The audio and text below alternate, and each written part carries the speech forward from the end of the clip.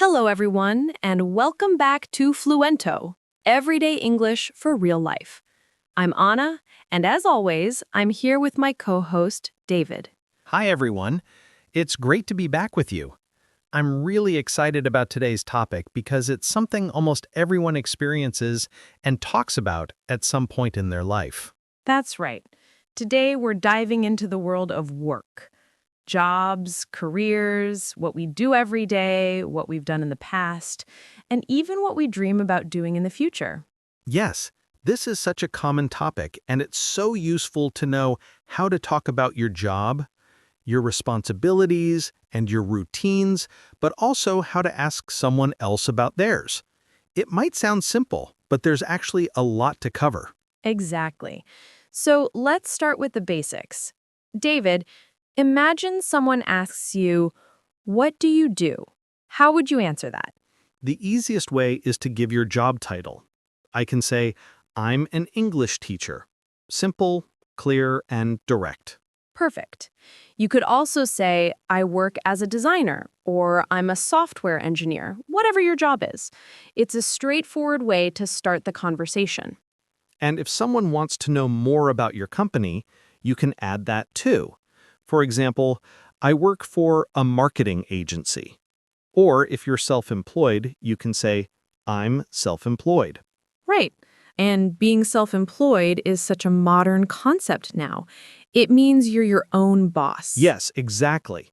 And once you've introduced your job title and company, people often want to know what you actually do every day, your responsibilities. That's a key point. You can say something like, "I manage social media accounts," or "I help customers daily." It gives a sense of your role. For example, I might say, I prepare lessons and teach English to students. That's my main task, and it's really clear to someone asking. And there are some useful expressions here for learners. You can say, "I'm responsible for example, "I'm responsible for planning the classes." Or, my main task is to make learning English fun. That works too. Another phrase that's handy is, "A typical day at work looks like." It helps you describe your daily activities in a clear way. So I could say, a typical day at work looks like teaching 5 classes and grading homework. You can almost see my day just from that sentence. Exactly. So when you describe your job, think about your title, the company, and your responsibilities. That already makes your description quite complete. And then we can move to talking about routines. What does a normal day look like? Yes, routines are always interesting to hear about. It gives context to your work life. So, first, we can mention what time we start and finish. For example, I can say, I start work at 9 a.m. and finish at 5 p.m. Simple, clear, and easy to understand. And then we can talk about the tasks during the day: meetings, emails, projects. Right. Many jobs have that rhythm. I could say, every morning I check my emails and attend a short meeting. That's pretty typical. And after that, your main tasks. Then maybe lunch or other interactions. Lunch breaks, coffee breaks, talking with colleagues. Exactly. I could continue.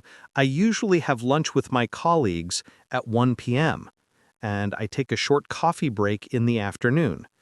Just small details, but they really make your day come alive. Absolutely. And then you can wrap up the day. I usually finish around 5 p.m. So, my daily routine would be every morning I plan my lessons, then I teach students. After lunch, I teach more classes and sometimes have meetings with other teachers. I usually finish my workday around 4 p.m. That's a full day.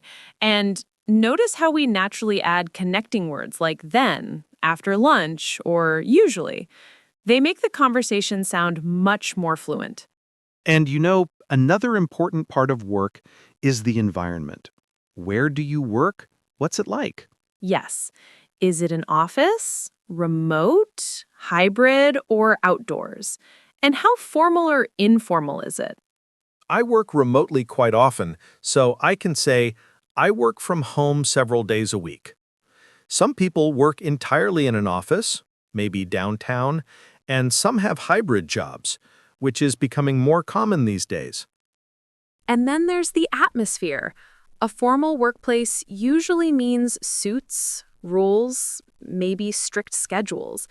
Informal is more relaxed, like wearing jeans or casual clothes. Yes, and relationships with colleagues are key. You can say, my coworkers are friendly and helpful, or we work closely as a team.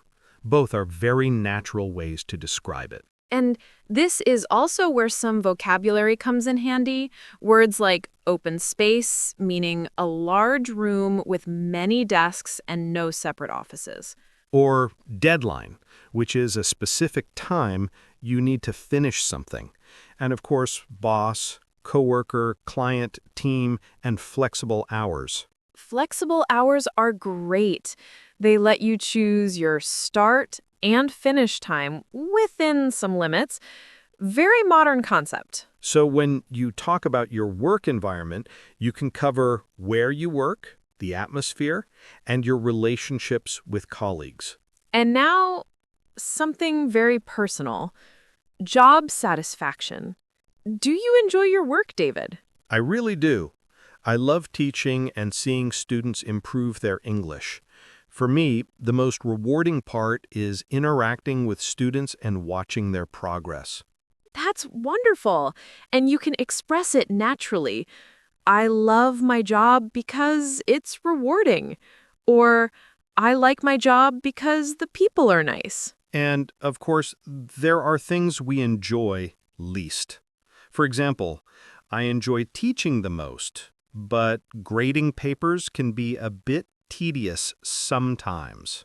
Yes, and for me, I love creating content and sharing English with our listeners. The part I enjoy least might be editing videos. It can be technical and slow. And that's okay. Everyone has parts of a job they don't enjoy. If you're looking for a new opportunity, you can say, I'm looking for a new job. Or, I want to find a position closer to home or with better pay. And again, some useful expressions. It can be stressful sometimes, but I love the team I work with. It's a natural way to describe challenges and positives. Speaking of the past, it's also important to share previous jobs and experience. It helps others understand your career path. Yes, you could say, I used to work in a small company, but now I'm part of a larger team. Or talk about part-time jobs while studying. It shows growth. And mention what you learned. In my last job, I learned a lot about customer service, or I developed team management skills. These details are very natural in conversation. Exactly. It's like telling the story of your career. It's more engaging than just listing jobs. And looking to the future goals, dream jobs, skills you want to develop, I think this is always exciting. Absolutely. You could say, in the future, I'd like to manage my own YouTube channel full-time. Or, I want to become an expert in my field. And adding the skills you want to learn shows growth. I want to improve my communication skills, or I want to learn more about digital marketing. And, of course, everyone has a dream job. Mine is to create content that inspires millions. And mine is to travel the world and teach English in different countries, both very motivating goals. And when you're talking to someone else about their job, there are natural questions to ask. What do you do is the first. Then follow up with, do you like your job? Or how long have you worked there? Or even more engaging questions. What's the most interesting part of your job? Or what's a typical day like for you?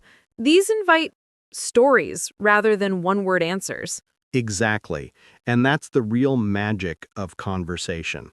Curiosity and listening. So, to wrap up, today we've covered how to describe your job, your daily routine, work environment, job satisfaction, past experience, future goals, and even how to ask about someone else's work. And throughout it, we've practiced natural phrases, vocabulary, and ways to sound fluent and confident. So, our challenge for listeners: try describing your own job using these expressions. Or, if you don't have a job yet, describe your dream job.